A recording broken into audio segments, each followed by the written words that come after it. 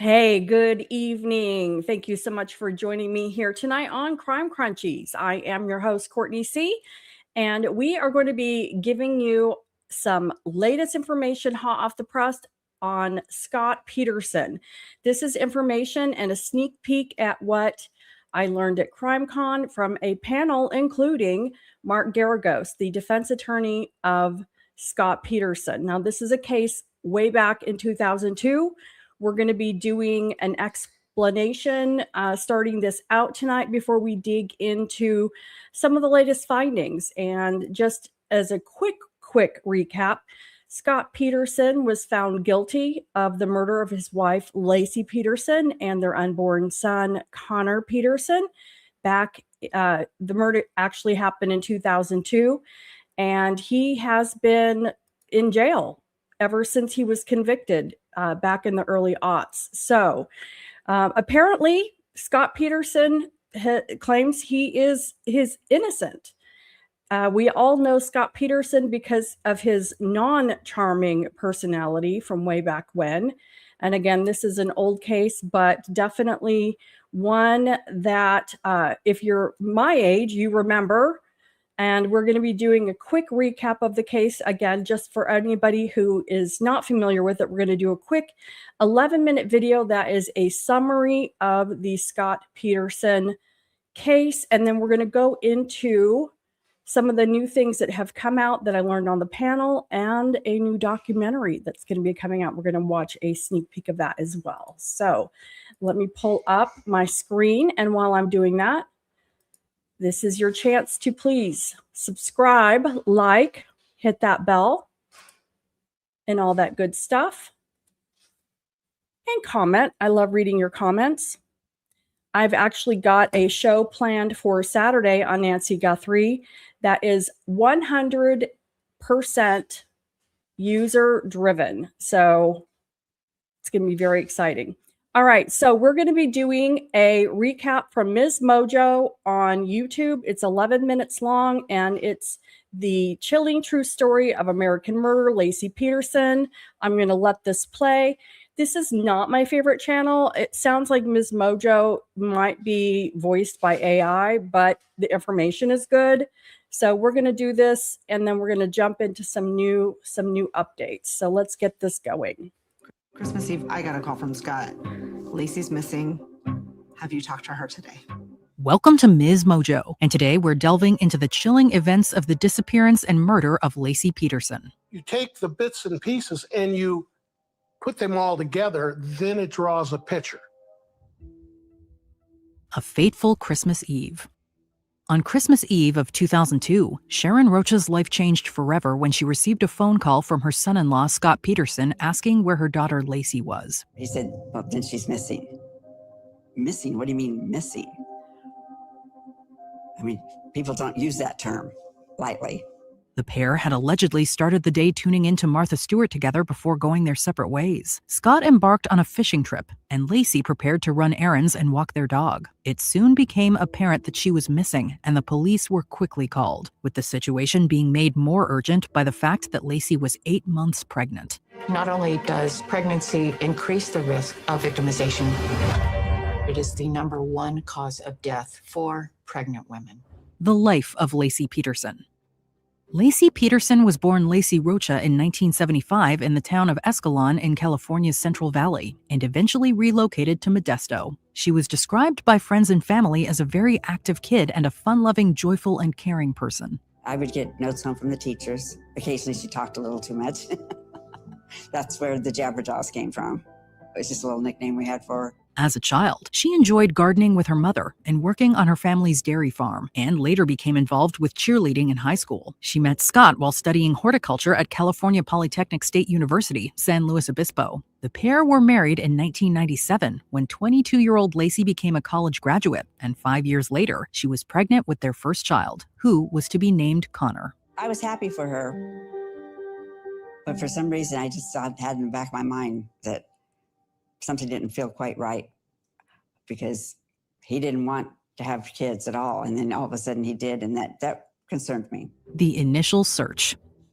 Friends, family, and community members mobilized for a massive search effort in the hopes of finding Laci, and the case quickly gathered significant media attention. Tips poured into helplines, candlelit vigils were held, and a $500,000 reward was eventually offered. Because of the media attention that exploded, there were over 11,000 tips that came into the Modesto Police Department on this case from all over the country. Police interviewed witnesses who claimed to see a pregnant woman walking her dog, but there are various accounts on whether any were able to positively identify her as Laci. A tip on a suspicious van in the neighborhood also fizzled out. One neighbor that saw it, originally she said it was white, then it became tan, then it became brown as her statement continued. Totally ruins her credibility. The burglars.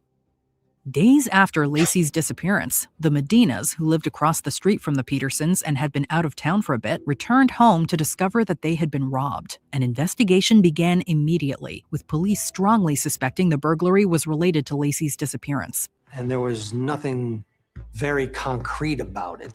The Medinas were burglarized. Clearly. When is a big one. Originally, it's the 24th. That's because a neighbor believes they saw a suspicious van outside the Medina house on the 24th.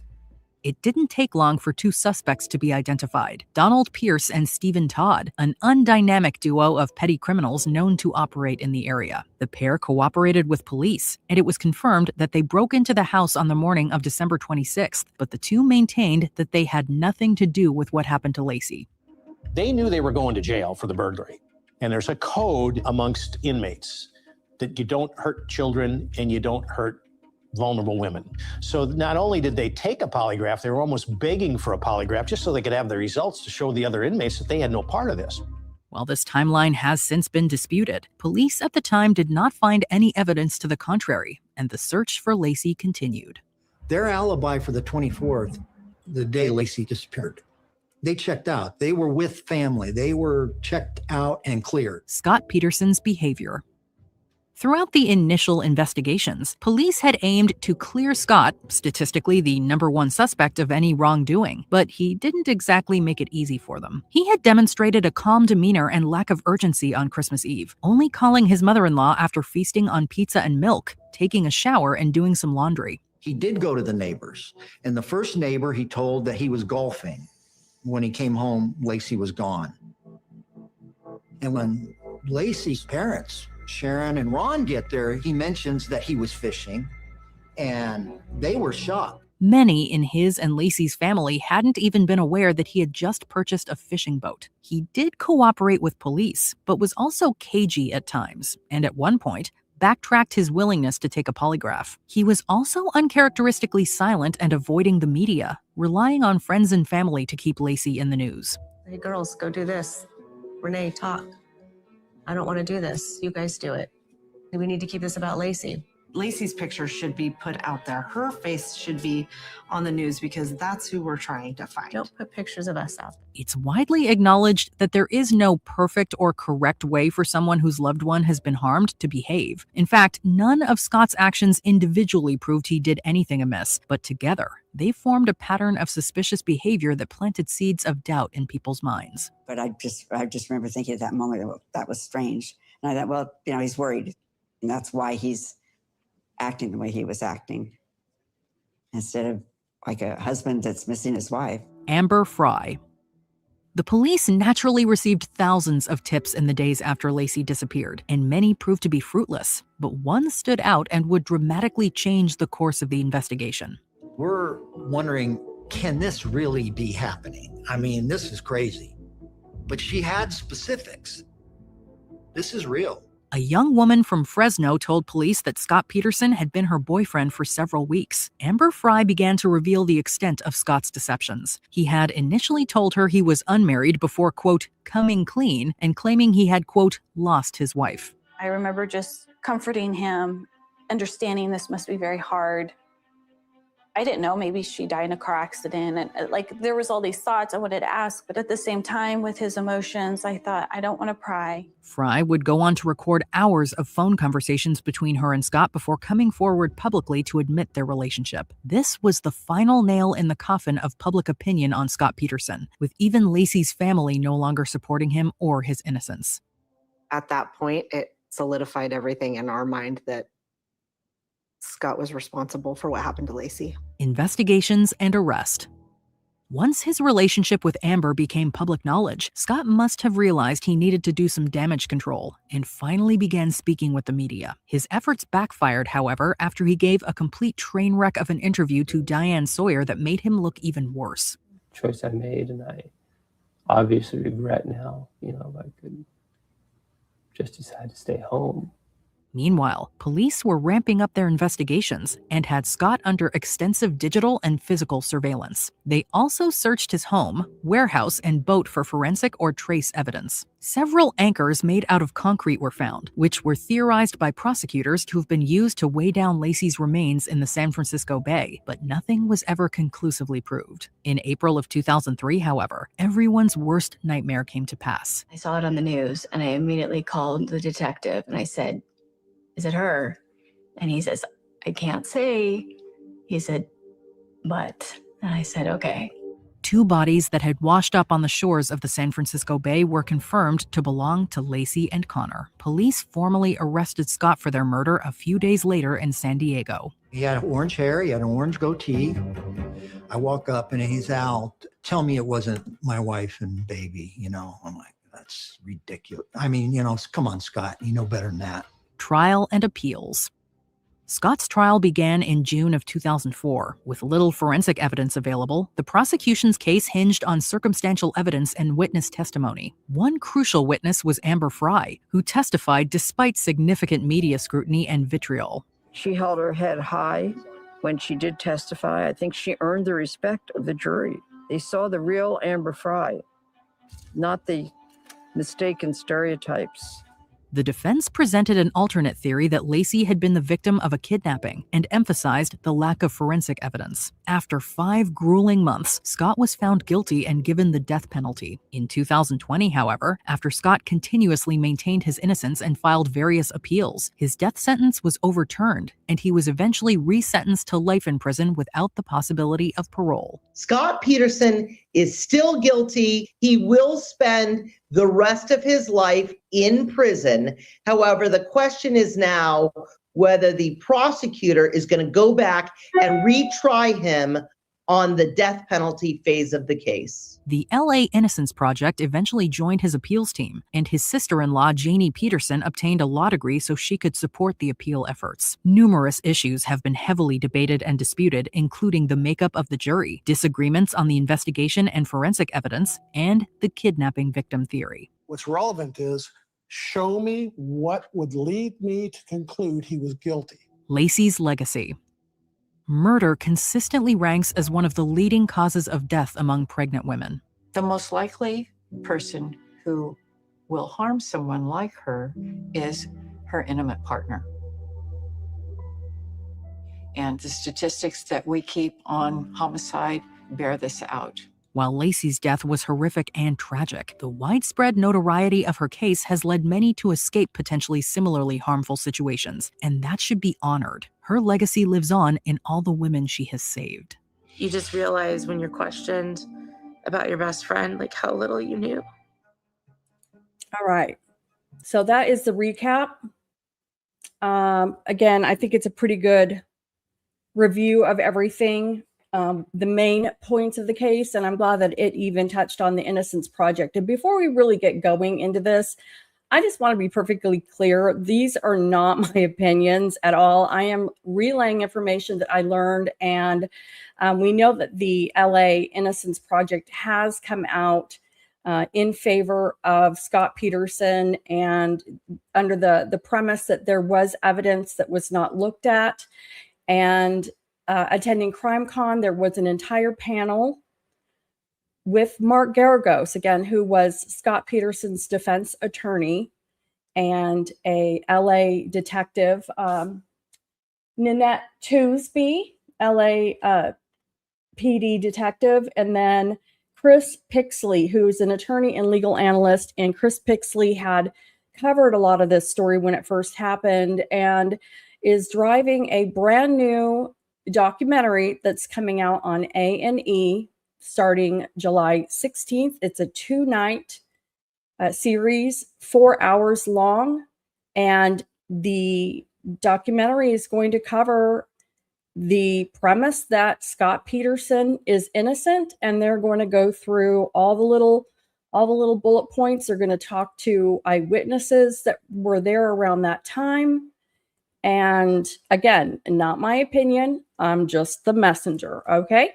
So let's take a look at the sneak peek of the A&E documentary that is going to be coming out July 16th. It's a quick Instagram little goodie. Oopsie. Ooh, that's creepy. Sorry, guys, I didn't mean to scare you. All right, let's watch. Say Peterson killed his pregnant wife, Laci, then dumped her body in the San Francisco Bay. It's one of the most famous cases in this country's history. And now the Los Angeles Innocence Project is putting forward new scientific evidence that suggests that Scott Peterson is absolutely innocent. If you believe you've got the right guy, why wouldn't you test the evidence? My objective is to stress test this new science. I would not base a person's freedom on one ultrasound measurement. And new tidal wave technology. Highly unlikely that the bodies were anchored in this location. There's so many witnesses who claim to have seen Laci when she was supposed to have already been murdered. I knew that's the same woman that I seen walking the dog. There is no DNA evidence found on the boat. That doesn't mean Scott Peterson is innocent. We're supposed to believe that he murdered his wife, he moved her body 3 times. I mean, it makes no sense to me. Even the jurors are no longer convinced beyond a reasonable doubt. Scott Peterson was a cold, calculating person. Do I think that we'll be able to answer the question whether Scott Peterson is guilty or innocent? I think we're going to get a lot closer than anyone ever has. I'm going to play this again because it's so quick, just so we can listen to it again because there's a lot of detail. So we're going to play it one more time and then I'll get into some info. First, in here. Police say Peterson killed his pregnant wife, Laci, then dumped her body in the San Francisco Bay. It's one of the most famous cases in this country's history. And now the Los Angeles Innocence Project is putting forward new scientific evidence that suggests that Scott Peterson is absolutely innocent. If you believe you've got the right guy, why wouldn't you test the evidence? My objective is to stress test this new science. I would not base a person's freedom on one ultrasound measurement. And new tidal wave technology. Highly unlikely that the bodies were anchored in this location. There's so many witnesses who claim to have seen Laci when she was supposed to have already been murdered. I knew that's the same woman that I seen walking the dog. There is no DNA evidence found on the boat. That doesn't mean Scott Peterson is innocent. We're supposed to believe that he murdered his wife, he moved her body 3 times. I mean, it makes no sense to me. Even the jurors are no longer convinced beyond a reasonable doubt. Scott Peterson was a cold, calculating person. Do I think that we'll be able to answer the question whether Scott Peterson is guilty or innocent? I think we're going to get a lot closer than anyone ever has. All right, so yes, the gentleman that we saw in the video was there on the panel. Chris Pixley. Yeah, I see what you're saying, Joe. It's amazing how 11,000 tips doesn't mean much. Exactly. You know, we're at what, 40,000 tips or something like that with Nancy Guthrie. Scary. Okay, so we're going to go into an article, and then I have pulled up Chad, my best friend Chad, ChatGPT, and asked ChatGPT several questions today. And let me make myself smaller. We're going to go through this article. Court TV covered the CrimeCon case. Let me zoom in, make this a little bit bigger. All right. Scott Peterson's former attorney highlights new evidence in murder case, Las Vegas. By Court TV, a new documentary promises to highlight new evidence in the case against Scott Peterson, who was convicted of murdering his wife and unborn son more than 20 years ago. Mark Garagos, who represented Scott Peterson at his murder trial, joined retired LAPD detective Nanette Toosby and legal analyst Chris Pixley on stage at CrimeCon 2026 to talk about the new evidence he says should exonerate his former client. Quote, "It's amazing to me that almost 25 years later, there's this kind of interest in the case," Garagos said. "I don't believe there's anyone who in real time knew the evidence better than I did. I moved to Modesto. I then moved to San Mateo, and I will tell you that I knew then and I know now, and I've never for a minute wavered, Scott is innocent. Scott is not good for this crime. Scott doesn't have the ability or the makeup to do this. I know who is capable of committing a murder. He does not have that capability," unquote. Laci Peterson was 8 months pregnant when she disappeared on Christmas Eve 2002. Her body and the body of her unborn child named Connor were found months later in April 2003. What if everything we know or believe we know about the Peterson case is incomplete? What if everything we know about the Peterson case is wrong? And that's a quote, I believe, from Chris Pixley. Garagos described representing Peterson as a massive challenge. Everybody, quote, said it's a no-win situation, he said. "You've had a great career. Why would you do this? If you lose the case, you're a loser. If you win the case, you're a loser." Garagos joked that a CNN poll after the trial showed that 66% of respondents thought he would still have a career. During the trial, he said bombs were placed at his house by people who were mad that he was defending Peterson. This is Garagos describing this information. Garagos pointed to several issues at the trial, beginning with the jury voir dire. Because of the extensive pretrial publicity, 1,600 jurors were brought in for individual voir dire. One juror allegedly said on social media, "I'm going to lie my way onto the jury." When confronted, she screamed, broke down, and left. The jury was out for 7 days deliberating. On the seventh day, the foreperson told the judge and the attorneys that he was unable to continue deliberating because another juror was threatening him. Over Garagos's heated objections, the foreperson was dismissed and an alternate was brought in to deliberate. An hour and a half later, the new jury panel returned a guilty verdict. And I can add that when you swap a juror out, you basically have to start over with the deliberation. And they went from 7 days deliberating to swapping out the foreperson, and within an hour and a half, they had a verdict. So that does sound kind of fishy. And here's the deal. Again, I'm going to continue with this article. Everybody deserves a fair trial in this country, even though the most detested piece of crap deserves a fair trial, because if it was us, one of us, we would want a fair trial. And I do say we have to abide by that. So continuing with the article, Garagos also complained about the discovery process before the trial, saying he was handed additional discovery on the day of Scott Peterson's conviction.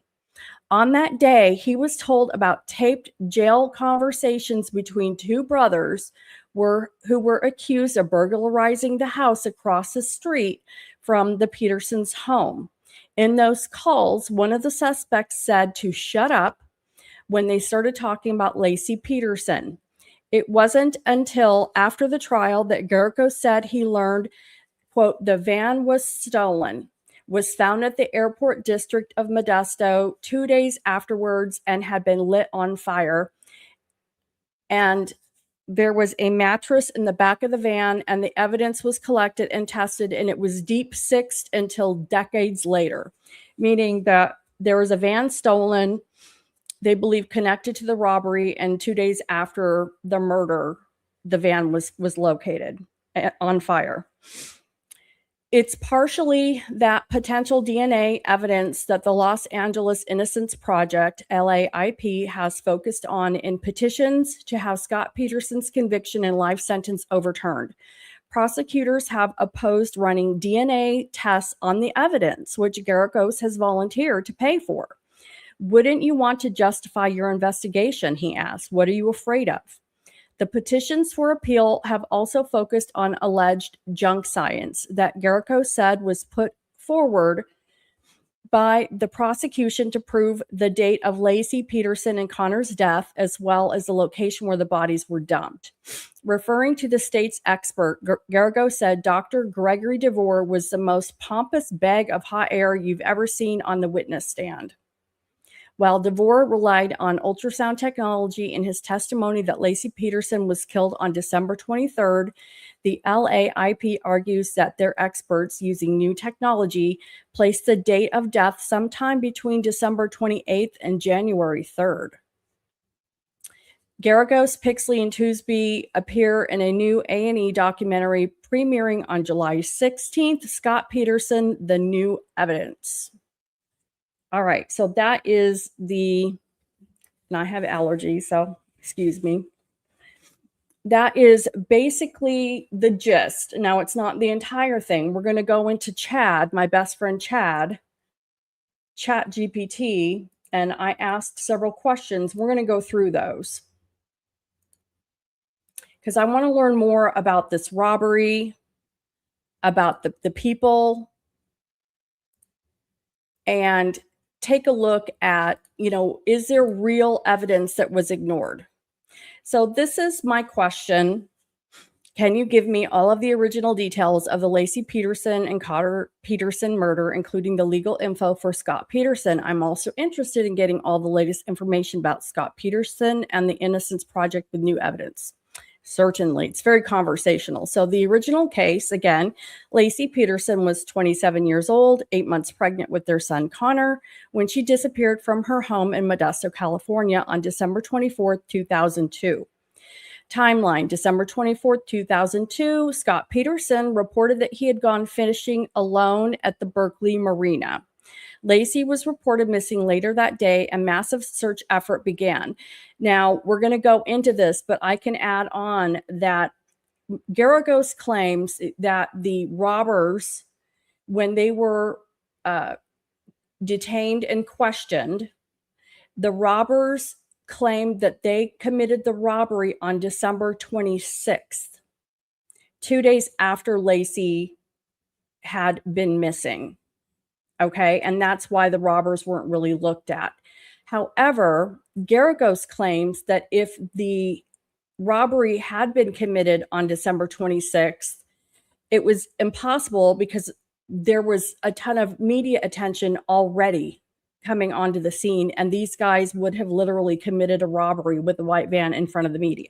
Now, I don't know if there was actual media coverage on the 26th of December, but that's what Garrigos says, is that there's no way the robbery was committed on the 26th.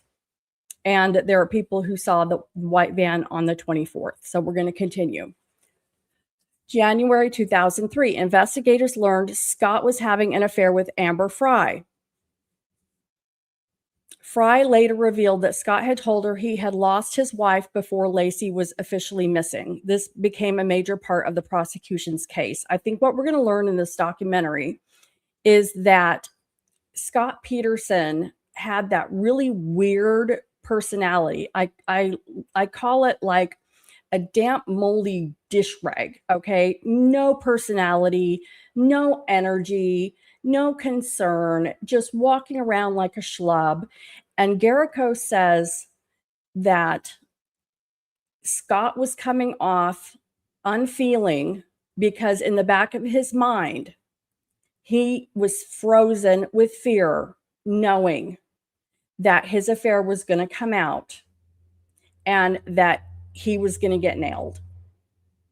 That in Scott Peterson's mind, he knew he was innocent, but because the affair was going to come out, Amber Frye was going to see this on the TV. There's no way he was going to get away with this. His dirty little secret was going to come out, that he was frozen and did not know how to act. He was terrified at the ramifications and knew he was a dead man walking. That while he was innocent, the minute his affair became public, he was going to be, and it's true. The minute this affair came out, it's like, whoa, dude. That's sick. All right, continuing. April 13th through 14th, 2003, the remains of Laci and the fetus she had planned to name Connor were found along the shoreline of San Francisco Bay. The location was near the area where Scott said he had been fishing on Christmas Eve. April 18th, 2003, Scott Peterson was arrested and charged with murder. What prosecutors argued. Prosecutors never presented a confession, eyewitness, murder weapon, or direct forensic evidence tying Scott to the killings.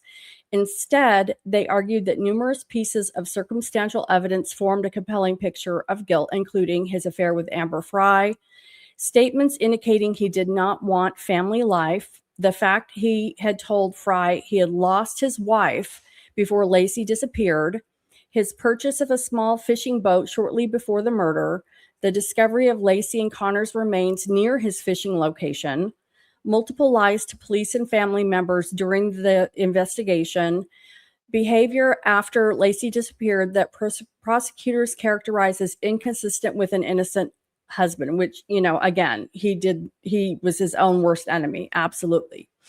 What the defense argued, there was no direct evidence Scott killed Laci. Witnesses reported seeing Laci walking her dog after Scott supposedly left home. A burglary occurred across the street from the Peterson residence around the same time. Laci may have been abducted by someone else. Investigators focused on Scott too early and failed to adequately pursue alternative suspects. Trial verdict on November 12, 2004, a jury convicted Scott Peterson of murder of Laci Peterson, guilty first degree. Murder of Connor Peterson, guilty second-degree murder. The jury also found special circumstances that made him eligible for the death penalty. So we have the sentencing. 2005 was sentenced to death. And then 2020, the California Supreme Court overturned the death sentence because of jury selection errors during the penalty phase. However, the court upheld the murder convictions themselves. 2021, Peterson was resentenced to life without parole. He remains incarcerated. The Innocence Project involvement. A common misconception is that the National Innocence Project took Scott Peterson's case. It did not. The organization involved is the Los Angeles Innocence Project, which began representing Peterson in 2024. What new evidence has been claimed? So the burglary across the street. The defense has long argued that a burglary occurred near the Peterson home around the time Laci disappeared and that investigators failed to fully investigate possible connections. Witness sightings. Multiple witnesses reported seeing a pregnant woman believed to be Laci walking her dog after Scott supposedly left for fishing. The Innocence Project argues these sightings were not given sufficient weight. Burned van evidence. The Innocence Project has also sought examination of evidence related to a van that was burned shortly after the disappearance. They argue it may not have been fully investigated. Forensic challenges. Recent filings claim the jury relied on scientific and forensic conclusions that the Innocence Project considers unreliable or incomplete. They argue newer scientific analysis raises questions about some of the original prosecution theories. Destroyed or missing evidence claims. The Innocence Project has alleged that potentially important evidence was lost, destroyed, or not properly preserved. So the latest court developments in April 2025, the Los Angeles Innocence Project filed a lengthy petition seeking to overturn Peterson's conviction, arguing that newly developed evidence supports actual innocence. However, in April 2026, this is recent, San Mateo County Superior Court Judge Elizabeth Hill rejected the petition and declined to review the new evidence claims. The judge ruled that many arguments were either procedurally barred or lacked sufficient merit. The Los Angeles Innocence Project immediately announced plans to appeal that ruling. As of June 2026, Scott Peterson remains convicted and serving a life without parole sentence. No court has overturned. So where it stands today, she's dead. The remains were found. He was convicted. He's still in jail. Innocence Project is still working on it. So I wanted to learn more about the van. So what date was the van seen across the street? What date was the house robbed across the street? Who was arrested for the robbery? Did the robber have a jail call recorded where he referred to the lady? And was the van burned and a mattress found inside covered in fluids? So when was the burglary across the street? This is one of the biggest disputes. The defense position, the burglary occurred on December 24th, 2002, the same day Laci disappeared. Their theory is that Laci may have encountered the burglars while walking Mackenzie, the dog, and was abducted. Apparently, Laci was spunky and had no problem getting in people's face, especially for her neighbors, if she thought somebody was doing something at her neighbor's home that they shouldn't. And the neighbors at that house that was robbed were gone at the time. They were gone the 24th through the 26th. And so she may have been looking out for them. And Garrigo says it would not be unlike her personality to have approached them asking what they were doing.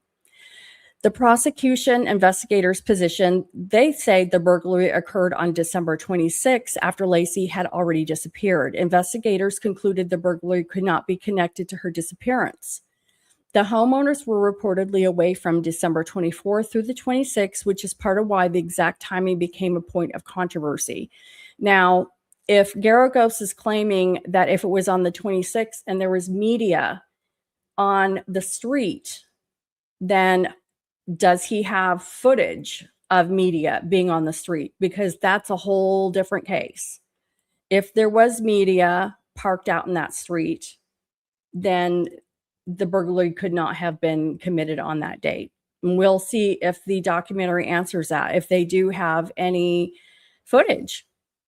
So who committed the burglary? 2 local burglars were identified and admitted committing the burglary. They denied any involvement in Laci's disappearance or murder. According to the reports, they were questioned extensively, and investigators ultimately eliminated them as suspects. But Garagos is claiming that investigators had blinders on and were just going towards Scott because Scott had a real crappy personality. I mean, really boring. Just weird. But I mean, again, if he was hiding a secret, I could see, but I mean, he was just weird. He came off as really weird. Was there a jail call where a burglar referred to the lady? Now, Garagos is saying that he was given this discovery literally the date of the conviction, meaning during the trial, he was still being given discovery, which right there could be a problem. Okay. But I mean, he's saying he was given a recording where he heard the 2 burglars talking about the lady and, talking about enough information to make it sound like they knew exactly who she was. So this is where things become murky. The claim currently being advanced is not based on a publicly released jail recording. Instead, a witness reportedly signed a declaration claiming he heard one of the burglars confess that Laci confronted the burglars killed the lady, her body was later dumped in the bay. Chad could not find a verified court finding, but this is something that we've heard with Nancy Guthrie, is that a lot of times they'll shake the tree, they'll go to convicts that are in jail, and they will learn things about what's happening out on the street from people in jail, people who know things, birds of a feather. So, someone might have heard. Was there a burned van? Yes, a burned van has been part of the defense narrative for years. According to court filings and media reports, a van was found burned in Modesto on Christmas morning 2002 after she disappeared. The defense has argued it should receive additional forensic testing. My question is, where's the van? Was there a mattress inside the van? Yes. The van reportedly contained a mattress that became the focus of later testing requests. And I've heard about the mattress. I've heard about the van. Let me know if you guys remember hearing about the van and the mattress, because I remember just hearing that there was a van and a mattress, and the mattress had blood. I don't remember them saying the mattress or the van had been burned. But my question is, where's the van? Who has the van? Do they have the mattress? Did someone keep this stuff? Can it still be tested? Did they keep anything of this? Was the mattress covered in bodily fluids? This is where internet discussions often drift away from what the court records show. Now, just let you know, Chat GPT, I call him Chad, he does not like to speculate on anything. Okay, so if he can't find anything scraping the interwebs, he's not going to speculate, unlike moi, who all I do is speculate and think. So what has been publicly reported is the mattress had stains that prompted interest from the defense. Testing was conducted in 2019. Okay, so this makes me think that they have the mattress somewhere. The testing reportedly did not identify blood on the mattress. Well, that's interesting. Because of those results, a judge later declined additional DNA testing requests related to the mattress. And this is Chad talking. I have not found a reliable court source stating the mattress was conclusively covered in blood, human bodily fluids, or evidence tied. Testing did not detect blood. Okay, so somewhere someone has the van. Somewhere is this creepy mattress. There's a creepy mattress somewhere. Why the van matters so much today? I think the van is big time. The LA Innocence Project's position is not that they have proven the van was connected to Laci. The argument is essentially the van, the burglary, witness sightings, and other evidence were not fully investigated and should be re-examined. So even they're not saying conclusively. I mean, it sounds like it was circumstantial on Scott, but it did not look very good. I mean, if they found cement anchors, even I thought it was, I mean, again, very unlikable person. But does an unlikable person make a murder? I don't know. He just seemed kind of psychopathic the way he was acting. I mean, if anyone remembers the recorded call, because Amber started recording her phone calls because she was working with the investigators. She was keeping, the ruse going. And he was supposedly on New Year's Eve in Paris and called her from the Eiffel Tower, but he was really at a vigil for Laci. I mean, really just sick. Sick stuff. Prosecutors respond that these issues have already been investigated repeatedly over 2 decades and do not undermine the conviction. Courts have so far agreed with prosecutors and have not overturned the verdict. But I say, prosecutors, you talk about thin blue line. There's a real thin line with prosecutors. They're not going to undermine each other.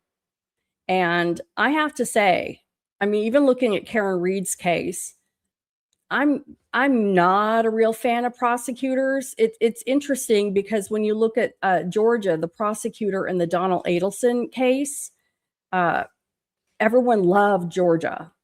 Okay. And we don't know if Wendy Adelson, if she has a day coming for the murder of her ex-husband. We're not sure of that yet, but everyone was like pro Georgia, pro prosecutor. But there are a lot of prosecutors that I think that they'll do whatever it takes to get a guilty conviction. And how many prosecutors have gone forward with a case knowing the person was innocent? So I'm not convinced that just because prosecutors have not and judges who were past prosecutors have not chosen to overturn the verdict, that doesn't tell me that whether Scott is innocent or guilty. I mean, that doesn't tell me anything. They're going to back each other up. All right, so my next question, did investigators look at any other leads or did they only look at Scott Peterson? Is there a real issue that investigators did not follow other important leads? And that's really what's at stake here. Did they have blinders on because Scott Peterson was just a moist, damp, moldy dish rag? Did investigators look at other leads? Yes. It is not accurate to say investigators looked only at Scott Peterson. Investigators conducted thousands of interviews, followed hundreds of tips from the public. That's not a lot. Hundreds of tips? I would hope that there were thousands of tips. Anyway, continuing. Investigated reporting sightings of Laci after December 24th, investigated the Medina burglary across the street, examined potential abduction theories, reviewed possible connections to offenders and violent criminals conducted extensive searches throughout California and the Bay Area. The Modesto Police Department and other agencies spent months pursuing leads before trial. Why do people say they only focused on Scott? The criticism is not that police ignored every other lead. The criticism is that once Scott became the primary suspect, investigators may have viewed other evidence through that lens. This is known as tunnel vision or confirmation bias. Critics point to several examples. Witness sightings of Laci. Numerous people reported seeing a pregnant woman believed to be Laci walking her dog on Christmas Eve after Scott left home. And I think that they're going to interview those people in the documentary. Investigators eventually concluded most sightings were mistaken. Critics argue those witnesses should have been given more weight. Supporters of the conviction respond that eyewitness timelines are often unreliable, especially after a highly publicized disappearance, and probably the media attention where then people get, false memories or misremember based on things that they hear. The Medina burglary. The defense argues police dismissed the burglary too quickly. Investigators concluded the burglary happened after Laci disappeared and was unrelated. The defense argues the timeline was never fully resolved. But again, if Garagos says there's media on the street, then give me some footage with the date stamp. That would end that. The burn van. The defense and now the Los Angeles Innocence Project argue the burned van deserved more forensic investigation. Investigators never identified evidence linking the van to Laci. Critics argue that absence of evidence isn't proof the lead was exhausted. Over the years, various alternative suspects have been suggested by online investigators and defense advocates. Law enforcement says none were supported by evidence sufficient to make them viable suspects. Well, I mean, if Scott was convicted on circumstantial evidence, then what evidence would they deem sufficient to make another suspect viable is my question. And again, we know that typically a pregnant woman is going to be murdered by a partner. Just like they say Nancy Guthrie would have been murdered by a family member. That's the book. All right, I'm looking through this to see if we are getting super redundant now.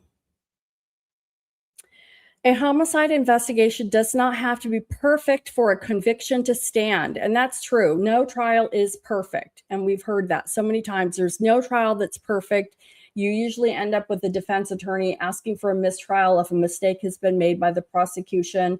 And again, no trial is going to be perfect.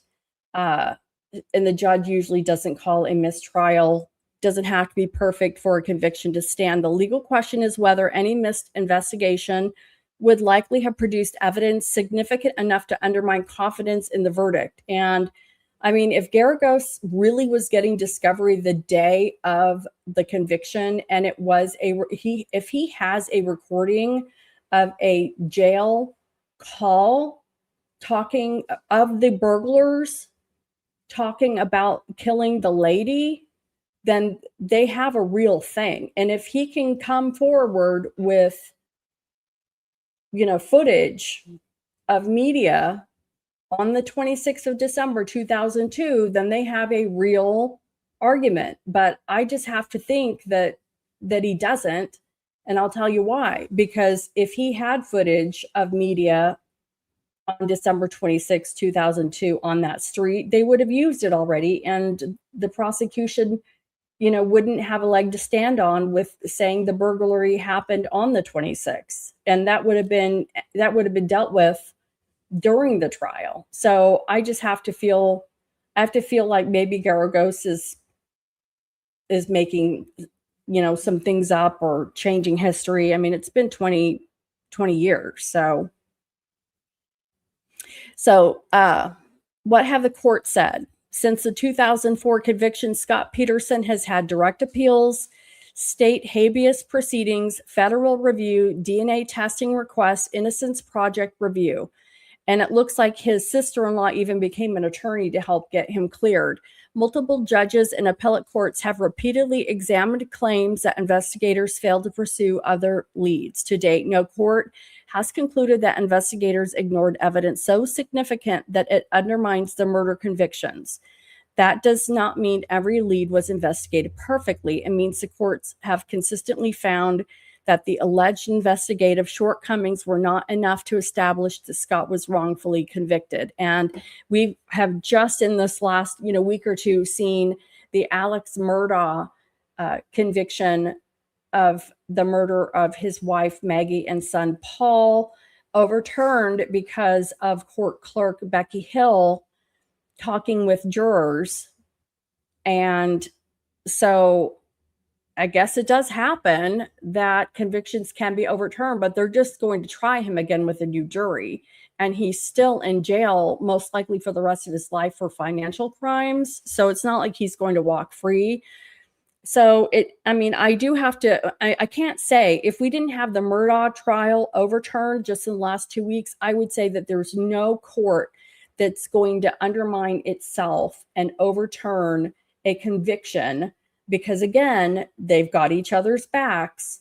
And I still say that, except in Georgia. I don't know how, the appellate court said that their hands were tied. There was obviously enough evidence to show that Becky Hill did meddle with the jury. Maybe they have electronic evidence that they just could not deny.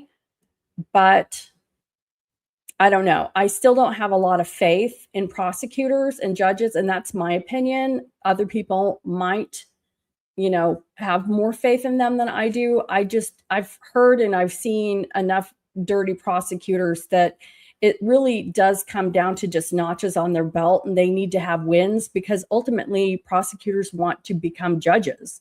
I think that's where you make more money and you have more power, and that's the promotion, is becoming a judge. All right, so we're getting to the end of this.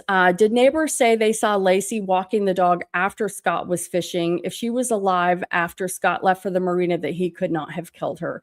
So the answer is yes. Several witnesses reported seeing a pregnant woman walking the dog after he left. What the witnesses said is they reported seeing a pregnant woman walking a golden retriever believed to be Mackenzie, Laci's dog. The sightings generally occurred during the morning of December 24th after Scott said he left home. Some witnesses gave descriptions that were consistent with Laci. The defense argued these sightings proved Laci was alive after Scott left. So why didn't the jury accept that? The prosecution challenged the sightings for several reasons. Memory contamination. Most witnesses came forward after extensive media coverage of the case. People may have unknowingly incorporated information they later learned from news reports. Timeline conflicts. Some witness sightings conflicted with each other's. Not everyone described the same clothing or the same time. A neighbor found Mackenzie the dog wandering alone with his leash attached. The prosecution argued the timing of when Mackenzie was found did not support a lengthy walk by Laci after Scott left, and no physical evidence. There was no surveillance footage, phone records, store receipts, or other objective evidence proving Laci was alive after Scott departed. My key question, if she was alive, he couldn't have killed her. That's true if the sightings were accurate. If a witness reliably observed Laci at, for example, 10:30 a.m. and Scott had already left, then it'd be clear, blah, blah, blah. And it's just going to go back and forth. So that is the end of what I asked Chad about this. And again, we are going to be seeing A&E Scott Peterson documentary, again, is coming out. Part 1, Thursday, July 16th at 9 p.m. Eastern. Part 2 will be Friday, July 17th at 8 p.m. Eastern. The 4-hour documentary revisits the polarizing 2002 case through newly surfaced evidence, unexamined witness statements, and fresh looks at the timeline. I do have to say that it sounds like it's going to be heavily skewing toward Scott Peterson being innocent because, again, the person leading this is Chris Pixley, an attorney and legal analyst, Mark Garagos, Peterson's defense attorney, and Nanette Toosby, a LAPD detective. And, you know, their entire panel at CrimeCon was all about how there is evidence to show that Scott Peterson is innocent. And just to bookend this discussion, I want to state that this is not my opinion. I have no opinion on this. I am going to be tuning in to the documentary because it sounds like it's going to be very interesting. And let me make this bigger. And make this smaller. Okay, so we got through it, guys, and I appreciate everybody who's popped in and out. I know that I am the Nancy Guthrie gal. I'm sure that people are probably not used to me covering other stories, so I do appreciate everybody who did tune in for this case examination and preview into the new documentary. And as promised, I do have some Nancy Guthrie information from a user who watches my channel, who has emailed me. We've gone back and forth quite a bit talking about different theories. And this person has an interesting theory about Nancy Guthrie and a motive for why the crime was committed with poor Nancy Guthrie. And again, I'm open to all theories. This, you know, we may none of us have covered the real theory, but I'm going to cover it. So I'm going to share this Saturday what my users' theory is for what could have possibly happened with Nancy Guthrie, because we all need to have an open mind. You know, it could be the real thing. So again, thank you so much for joining me. Please subscribe. I'm looking at noon Central. That seems to be a good time on Saturday. I wanted to do it Friday night, but I have work travel this week. I've had a lot of work travel lately, and I have a kiddo. People don't like it when I talk about myself. They just want the goods, but I have a kiddo who lives with me, and he's special needs. And so I have to find times when he's usually pretty happy in the house. So Saturday at noon is probably going to be the best time for me to do this. And it's going to be interesting. We're going to talk about it. We're going to peel it apart. I'm always interested in what everybody has to say. Literally read every single comment you guys share. So that will be this weekend, a deep dive into an angle with Nancy Guthrie that has not been discussed anywhere. Right or wrong, we're going to talk about it. Has to be. So please subscribe, like, hit the notification bell. I appreciate everybody so much. I really, really, really do. I love my crime crunchies.